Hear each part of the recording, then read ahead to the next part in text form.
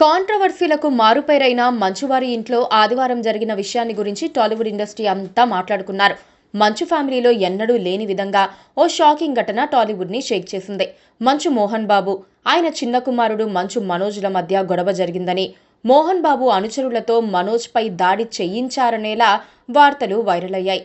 మంచు మనోజ్ తనపై తన తండ్రి దాడి చేయించినట్లుగా మీడియా ముందు ప్రకటించడమే కాకుండా తనపై దాడి చేసిన వారిపై ఫిర్యాదు చేయబోతున్నట్లుగా ప్రకటించారు.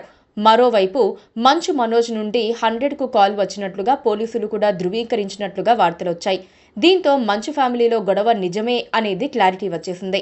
జూబ్లీహిల్స్లోని మంచు మనోజ్ ఇంటి ముందర కారు అద్దాలు పగిలిపోయి ఉన్నాయని కూడా వార్తలొచ్చాయి. అయితే ఇక్కడ మంచు మనోజ్ హడావిడి చేస్తున్నాడు తప్పితే మోహన్ బాబు నుండి కానీ ఇతర కుటుంబ సభ్యుల నుండి కానీ ఎలాంటి స్పందన కనిపించలేదు. పైగా ఈ సమయంలో ట్విట్టర్ ఎక్స్లో ఆయన చేసిన పోస్ట్ చూస్తే ఆయన అసలు ఈ విషయాన్ని పట్టించుకున్నట్టే కనిపించలేదు.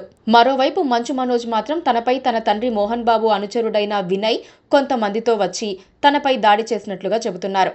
అంతేకాదు తన భార్య మౌనికతో కలిసి హైదరాబాద్ బంజారా హిల్స్లో ఉన్న టీఎక్స్ హాస్పిటల్లో మనోజ్ జాయిన్ అయ్యారు. తన భార్య టీంతో కలిసి మనోజ్ హాస్పిటల్కు వెళ్తోన్న వీడియో బయటకి రావడంతో నిజంగానే మనోజ్ పై దాడి జరిగి ఉంటుందని అంతా అనుకుంటున్నారు. ప్రస్తుతం డాక్టర్స్ ఆయనకు చికిత్స అందిస్తున్నారు. మంచు మనోజ్ రచ్చ ఇలా ఉంటే మోహన్ బాబు మాత్రం తాపీగా సోషల్ మీడియాలో పోస్ట్ పెట్టారు. ఇది చూసిన వారు ఎవ్వరూ కూడా వారి ఫ్యామిలీలో గొడవ జరిగింది అని అనుకునేలా లేదు.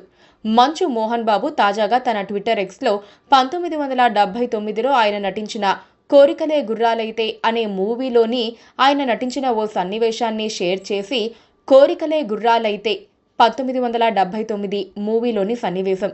నా గురువు లెజెండరీ శ్రీ దాసరి నారాయణరావు దర్శకత్వంలో నిర్మాత శ్రీ జి జగదీష్ చంద్ర ప్రసాద్ గారు నిర్మించారు. ఈ సన్నివేశం నా కెరియర్లో ఓ ప్రత్యేక మైలురాయి. ఇందులో చంద్రమోహన్ మరియు మురళీమోహన్ గార్లతో స్క్రీన్ షేర్ చేసుకోవటం నాకు మరింత గుర్తుండిపోయే అంశం. అలాగే తొలిసారి యమధర్మరాజు పాత్ర చేయటం మర్చిపోలేని అనుభూతి. ఈ సన్నివేశం నాకు సవాలుగాను మరియు సంతోషాన్ని కలిగించింది. ఈ చిత్రం నా ప్రయాణంలో ప్రతిష్టాత్మకంగా నిలిచింది అని పేర్కొన్నారు. మోహన్ బాబు గారి పోస్ట్లో నిగూఢమైన అర్థముందని, తన గురువుగారైన దాసరి నారాయణరావు గారిని ఎందుకు గుర్తు చేసుకున్నారు అంటే, దాసరి నారాయణరావు గారు అంటేనే ఇండస్ట్రీకి ఒక పెద్ద దిక్కు అనేట్టుగా ఉండేవారు. సినిమా ఇండస్ట్రీ సమస్యలే కాకుండా వ్యక్తిగత విషయాలను కూడా ఆయన చాకచక్యంగా పరిష్కరించేవారని, అవసరమైన సహాయ సహకారాలు అందించేవారని పేరు. అలాంటి వారు గతించిన తర్వాత వారి కొడుకులు ఇరువురు ఆస్తులకై గొడవ పడుతోన్న సమయంలో ఇరువురికి పెద్ద దిక్కుగా మోహన్ బాబు గారిని ఉండమని కోరారు.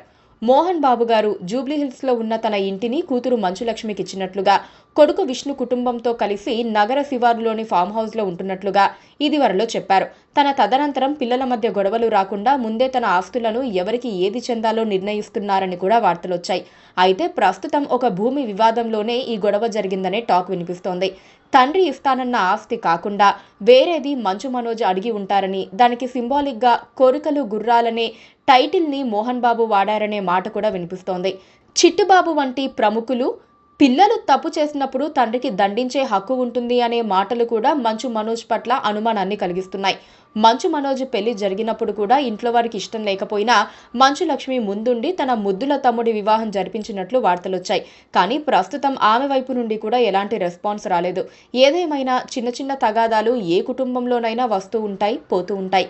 అలాగే మోహన్ బాబు గారి కుటుంబం కూడా సంతోషంగా ఉండాలని అభిమానులు కోరుకుంటున్నారు. Please subscribe to KTV Telugu. KTV Telugu.